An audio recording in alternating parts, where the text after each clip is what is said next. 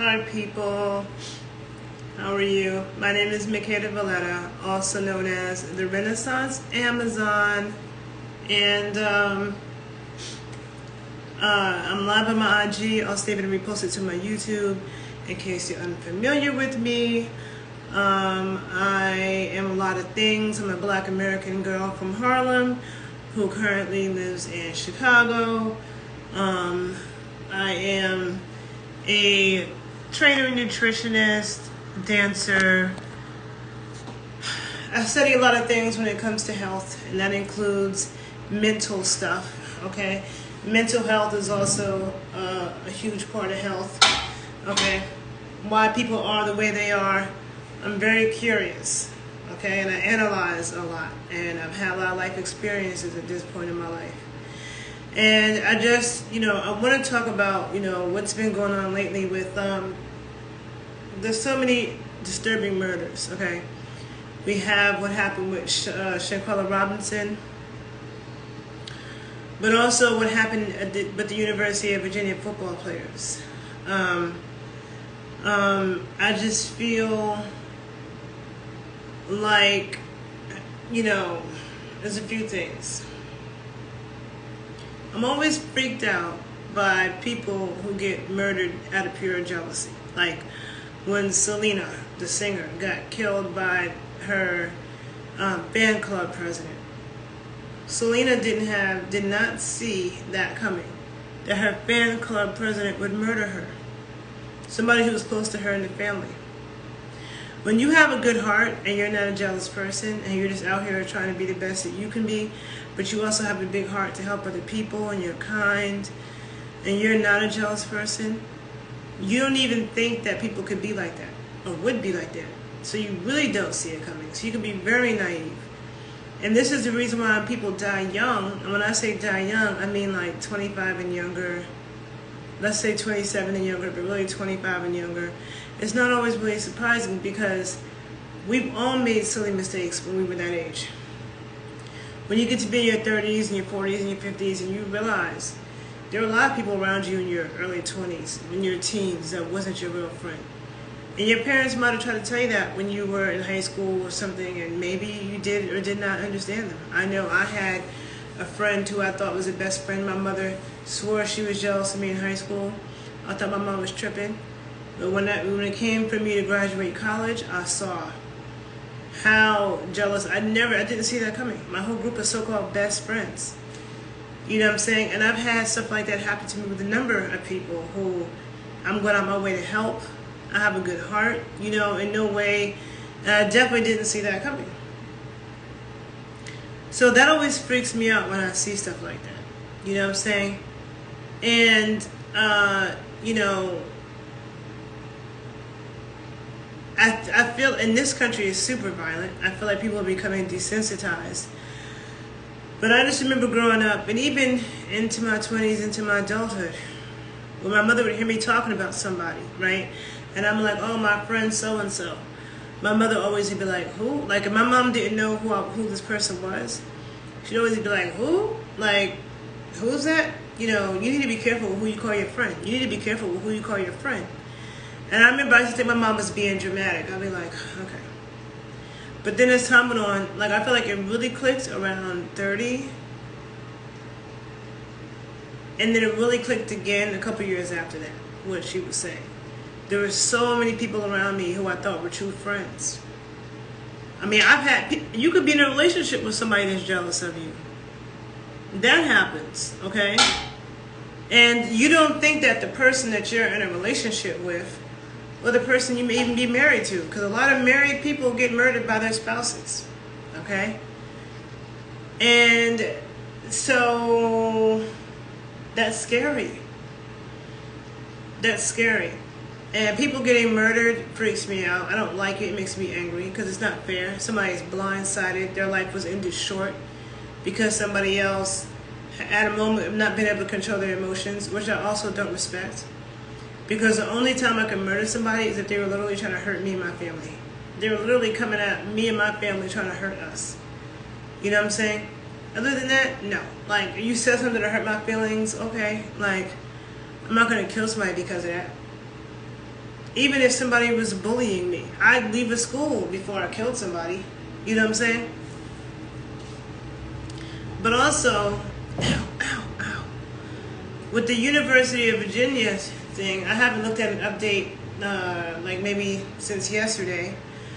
But to my knowledge, like, you know, people try to push out this bullying narrative. I see no evidence that those football players were bullying the shooter, okay? The shooter had a history. He had 2 suspended sentences. Now, I don't know what that means.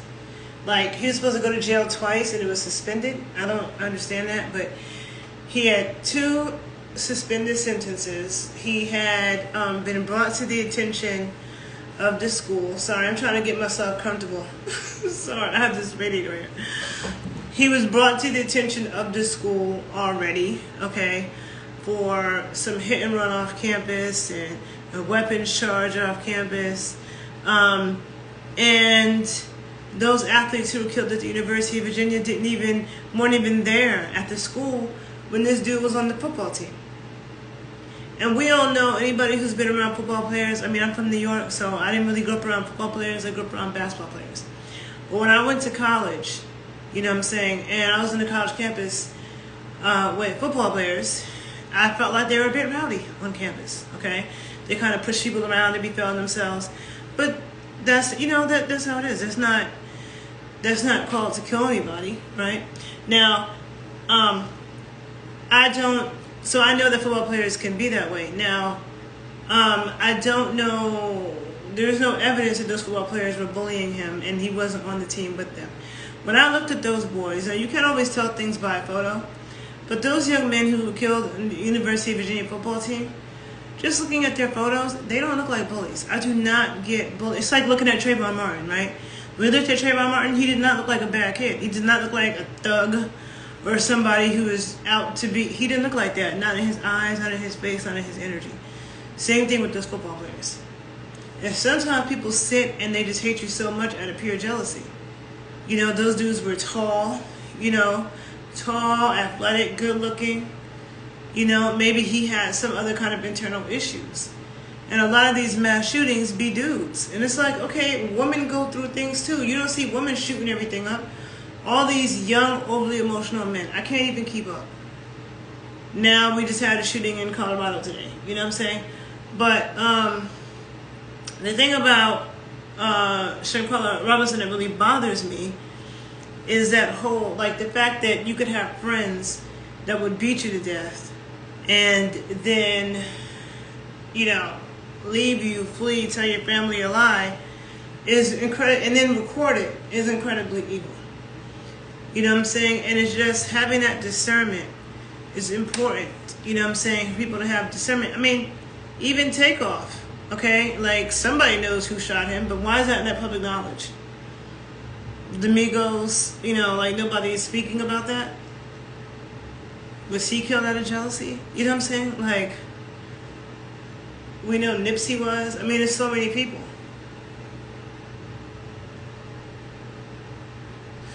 Yeah, I agree. It's never a reason to go massacre. I don't care. To me, this younger generation is too weak. I don't care if somebody made fun of you or blah, blah, blah, blah, blah, blah, blah. That doesn't give you reason to go kill anybody. It's never that goddamn serious. That's what I'm saying.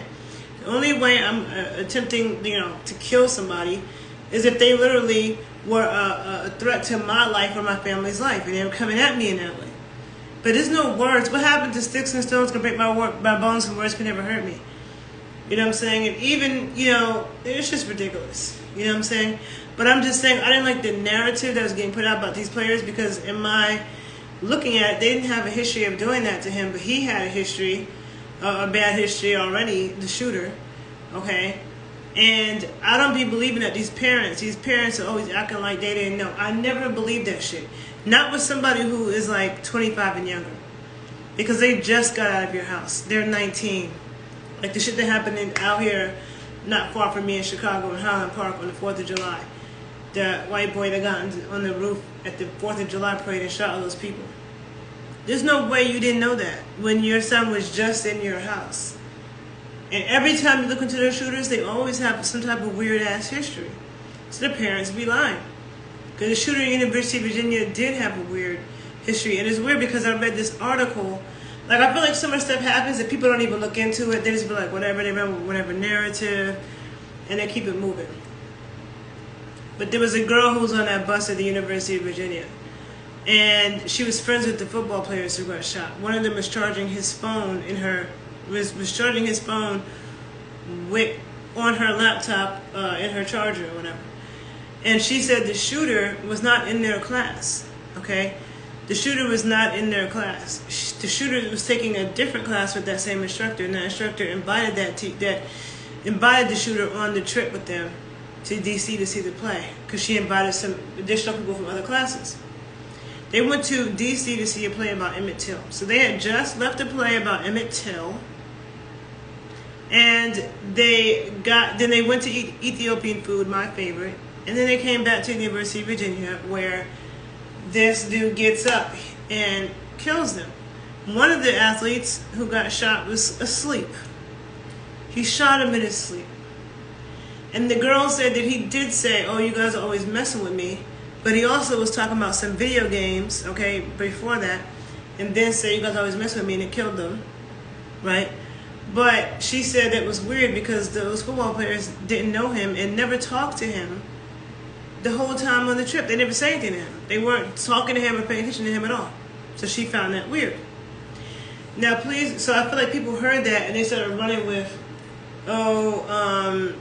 he was really, first of all, people say things all the time. It's not true. If you live in a city where you see people like homeless, crazy people, they be out there talking to themselves, saying a bunch of shit that's not true.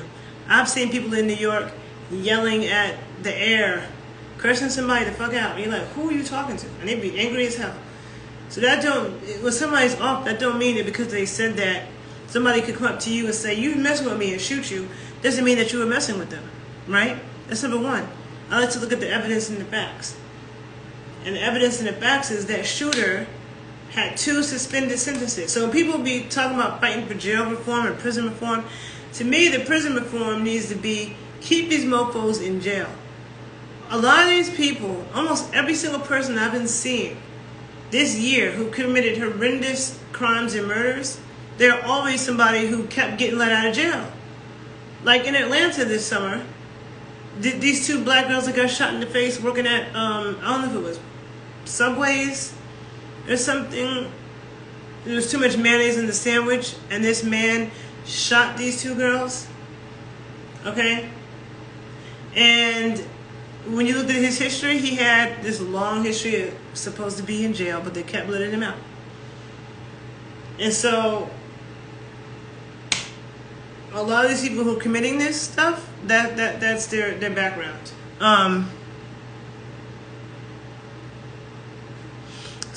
That's their background. And so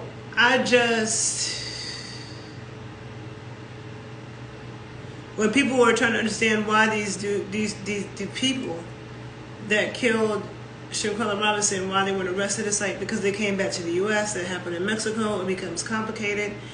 Because this is becoming a big enough story, now you have the FBI involved, the people involved. And I'm glad about the internet detectives because they have their foot on their necks. Their pictures are all everywhere, their names, everybody knows who they are, and people are pissed. So they can't run forever. You know what I'm saying? They're going to get in trouble. But it's just that's why I've been moving by myself a lot. I travel a lot, and when I travel, I'm usually alone, okay? I don't even do that group traveling stuff anyway, okay? But I think she went to college with them. And it's like, I can't, somebody who's 25, I just remember when I was that age, you know, I mean, there's still been people after that who are around me that I realized, well, this person's not really for me. This person's more like an enemy. Trying to be up close shots like they my friend. So they can scope the scene. People are, no. You know what I'm saying? So that is the reason, you know, I was in this Clubhouse room a couple of days ago. And Clubhouse, I don't know, I thought I heard something that scared me. Clubhouse is a really dope app where people have conversations about all kinds of things, right? And there's a lot of stupid things on Clubhouse, but there's a lot of good things on Clubhouse if you tune into the right stuff. And so there was a conversation about what happened to Shaquella Robinson. Everybody was in tears listening to her father. It's one of the reasons why I move as carefully as I do. I care about my life, but I also think my family would be devastated if something happened to me. My dad would literally have a heart attack and die. My mother wouldn't be able to take it, like they wouldn't. You know what I'm saying? So I don't think anybody's parents can, but I'm just saying, like, that be in my mind. I don't just move reckless with my life. You know what I'm saying?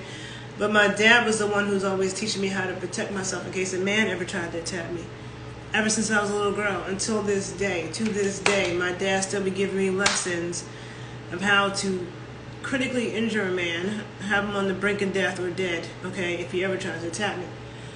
And so, but looking at what happened to Shaquella Robinson, it's like, doing men and women. People always try to say, oh, women are this way or whatever. No, men and women were involved in that. They say that the woman was a transsexual or transgender. I don't know if that's true or not. You know what I'm saying? But what I do know is pure hate and jealousy. And men can also be jealous of women. And people have to be very, that when I watch reality shows and stuff too, like, I be analyzing people's personalities and why they are the way they are. And you see narcissists everywhere and users everywhere and people who really don't fuck with you for real everywhere. And that's why this, when there's certain things that's happened to me with people, there's certain things unforgivable. Where it's like, there's certain things, the size of people that I've seen, it's like, no, we can't backtrack. I don't need to fuck with that anymore. Even sometimes when you see how people treat other people, some people don't want to get involved when they see somebody being blatantly fucked up to someone who doesn't deserve it. Whether it be blatantly fucked up to the father of their children, blatantly fucked up to the mother, whatever. Undeniable in your face. I don't turn a blind eye to those things. It tells me a lot about your character and who you are. So people like to ignore stuff and think, oh, I'm different. You know what I'm saying? Like, you gotta be careful out here. But the clubhouse room I was in, everybody was in tears, sad, listening to the father. And Grant Cardone, a billionaire white American from Louisiana, who I don't know if you know who he is, but he's made billions in real estate, teaches a lot of workshops to people. Grant Cardone was in that room and he said, okay, what are we going to do about it? It's sad and depressing, but like, let's donate some money to this family. And so one of the hosts of the room put the GoFundMe up and they were focused. They were laser focused on people donating. There was 1.4 thousand people in the room. They was like focused on it. We started transforming our energy. Grant Cardone said, if you get to 25K, I will match it. And we did. We got to 25K. And he matched 25K. Now it's 50K. Now they started talking about other money people they know to come in the room and donate to this cause. But also telling everybody else, donate what you can. Donate what you can. So there's people who donating $5, $10, $50, $100, $500, $70. A lot of smaller amounts. Then there are people that was given a G or 7.5, But this other very wealthy white guy, John, comes in, a businessman, says, what did Grant give? Grant gave 25, I'll give 30. Okay? When I got off that call, they were at 100,000 on the GoFundMe. You can see the GoFundMe going up from, it was 148,000 when we started. It had gone up over 100,000 when I got off, and by the next day, 114,000. They got to 100,000 that they raised for Shaquella Robinson in an hour. Okay. And I respected Grant Cardone. That never would have happened if Grant Cardone didn't come on and initiate that. And then we were laser focused. Okay. And somebody could say, well, she's dead, why does money help? Because the family has to fight. Who knows how much money is going to cost to fight? People know nobody pays attention to you when you're broke. You have to fight. This happened in another country. They deserve to not work for however long they need to not work. I mean, how do you go on when your daughter was not just murdered, but brutally murdered on camera? In the way that you know what I'm saying? And it's all over the place. Like, you know what I'm saying? So it helps. It's like, okay, let's do something though. It's better than doing nothing. And And this is also the reason why, as a black person, I don't, you have some black people who are so pro-black that they're like, oh, I don't mess with white people when I'm not doing nothing to white people, and they think every white person's out to get them. And that's not true. Hold on, I have to sneeze. Excuse me. That's not true, because this was Grant Cardone, a white man from Louisiana, from the American South, who initiated this. It was Nelson Ipega, who is Nigerian, who got us to focus, who kept us focused. Okay? And there were another Nigerian man had donated $7,500 to her family. Quiet dude on the app, doesn't even talk a lot. Quietly donated $7,500. Another rich white man, businessman, donating $30,000. So this is the reason why it's strength in numbers.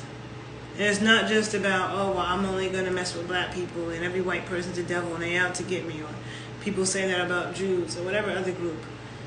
That's why I choose not to just sink in that. Because, yeah, there's people in every group that got a problem, people in every group. But there's also people in every group who have some damn sense, or worldly, or not ignorant like that, and are allies to you or whatever you are doing. And usually in this country, when stuff happens to black women, nobody really cares. It's the black men that people be going all out for. So to see what's being rallied around Shankarla Robinson, is beautiful. It's bittersweet though, because this woman lost her life for no reason. Pure hate and jealousy. And there's a lot of that nowadays. People just getting killed out of freaking jealousy. Even, I've seen so many stories lately. I see so many stories lately of women being murdered by lovers, whether it be girlfriends, ex-girlfriends, ex-boyfriends. Jealousy. And it was never comfortable to me when I was in a relationship with a man that felt like he was jealous of me. He's acting like he's my competition. I don't look at my man like you're my competition. I don't be looking at people like that, but definitely not the man that I'm with. Thank you for the compliments. And I've definitely been attacked on some of the highest levels. It's not something that I talk about publicly. People who really know me know some of the things. And so that's another thing that really freaks me out when I see, people get killed out of jealousy. Because there are people, I've dealt with some attacks, some real level, okay? Shit that I can't even, maybe one day I'll write into a book when I get older. But, where people, have really tried to interfere with my life and have caused some shit, okay? And I know that with some of these people, I feel like if they had the means to kill me, they probably would have, okay? I really believe that. And so when I see that happening to certain people, it's not something that I just take lightly. But I could just move on and be like, oh, whatever. You know what I'm saying? And I don't like the narrative that's going on about these UVA football players. But anyhow, I think I said what I need to say. I need to go cook some food. Tengo hambre, tengo hambre. Very hungry. I need to eat so I can then go work out and get back to my nerdy shit. But take care of yourselves, people. Be careful how you move, like for real. Don't ignore red flags from friends or lovers, okay? There was just a father who killed his wife and 3 kids, I think in Arizona a couple days ago. Like, come on. That's scary. Is being married to the enemy? That's scary. Sharpen up your discernment. And take care. Bye, people.